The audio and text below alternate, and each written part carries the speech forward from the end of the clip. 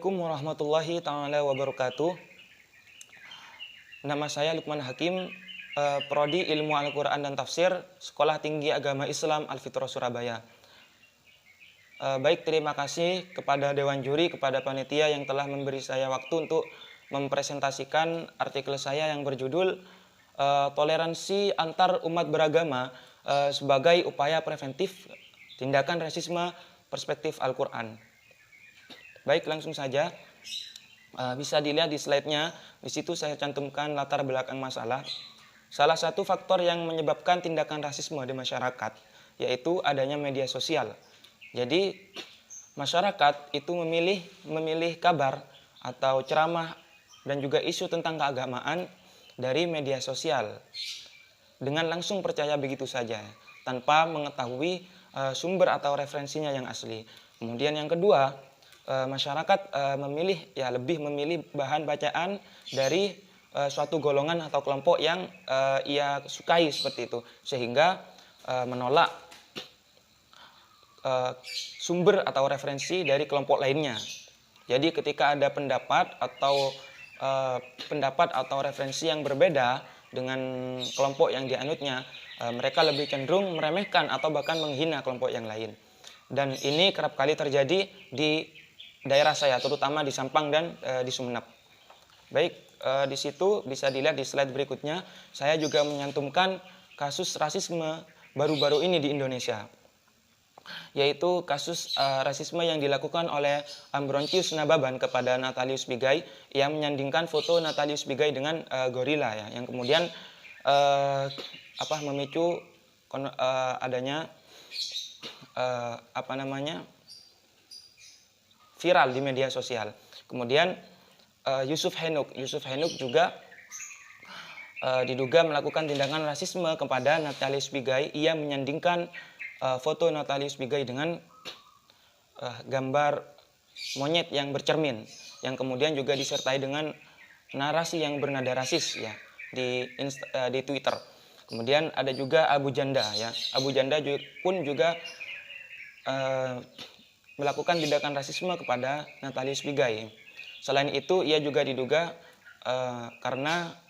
melakukan tindakan rasisme karena cuitannya, ya, soal Islam arogan kepada Tengku Zulkarnain. Baik, itu latar belakang masalah, sehingga untuk selanjutnya saya akan memaparkan solusi preventif agar tidak terjadi lagi adanya tindakan rasisme, yaitu meningkatkan toleransi, ya, perspektif Al-Quran. Apa sih toleransi? Ya, toleransi dalam Islam itu dikenal dengan tasamuh. Ya, tasamuh diambil dari kata samhan yang memiliki arti mudah. Rasulullah SAW bersabda, "Ahabbuddin ilallah al-hanafiyah as-samhah." Agama yang paling dicintai oleh Allah adalah agama suci lagi mudah. Hadis riwayat Bukhari.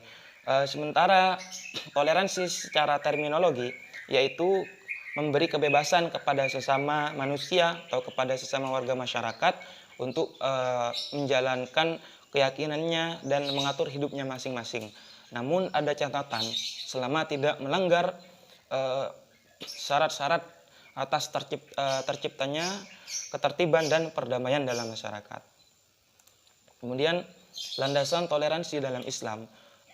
Slide berikutnya bisa dilihat, Allah Subhanahu wa taala berfirman dalam surat Al-Hujurat ayat 13. Ya ayuhan nas, inna khalaqnakum min dzakari wa unsa wa ja'alnakum syu'uban wa qabaila lita'arafu.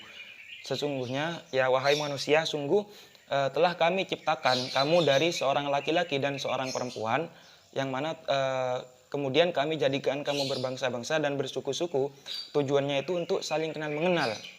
Seperti itu, sebagaimana saya kutip juga dalam menurut As-Sa'di dalam tafsirnya, bahwa tujuan Allah menciptakan manusia berbeda-beda, ya, dari segi suku dan bangsa, yaitu untuk kenal mengenal, yang kemudian dari sini mereka bisa saling bantu-membantu, mewarisi serta memenuhi hak kerabat, seperti itu.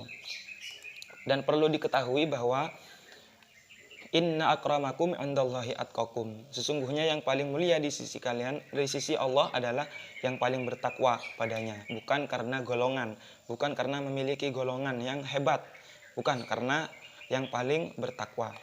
Baik, perlu diketahui bahwa muslim ideal, ya Rasulullah SAW mendefinisikan muslim ideal dengan muslim yang mampu memberi kedamaian bagi masyarakat, baik dari segi perilaku atau komunikasinya. Al-muslimu man salimal muslimuna min lisanihi wa yadihi.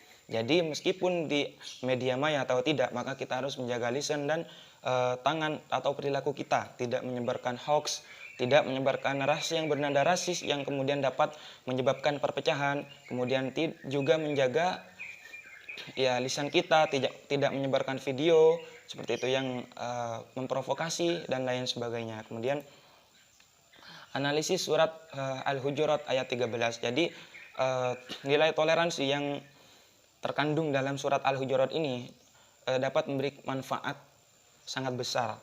Di antaranya yaitu menyatukan perbedaan, menjaga keharmonisan, meningkatkan perdamaian, dan yang terakhir mencegah perpecahan. Jadi walaupun kita berbeda, kita bisa menyatu sehingga kita bisa menjaga keharmonisan juga, kesetaraan, tidak ada kata saya lebih benar atau kamu lebih salah, sehingga perdamaian pun mulai terwujud.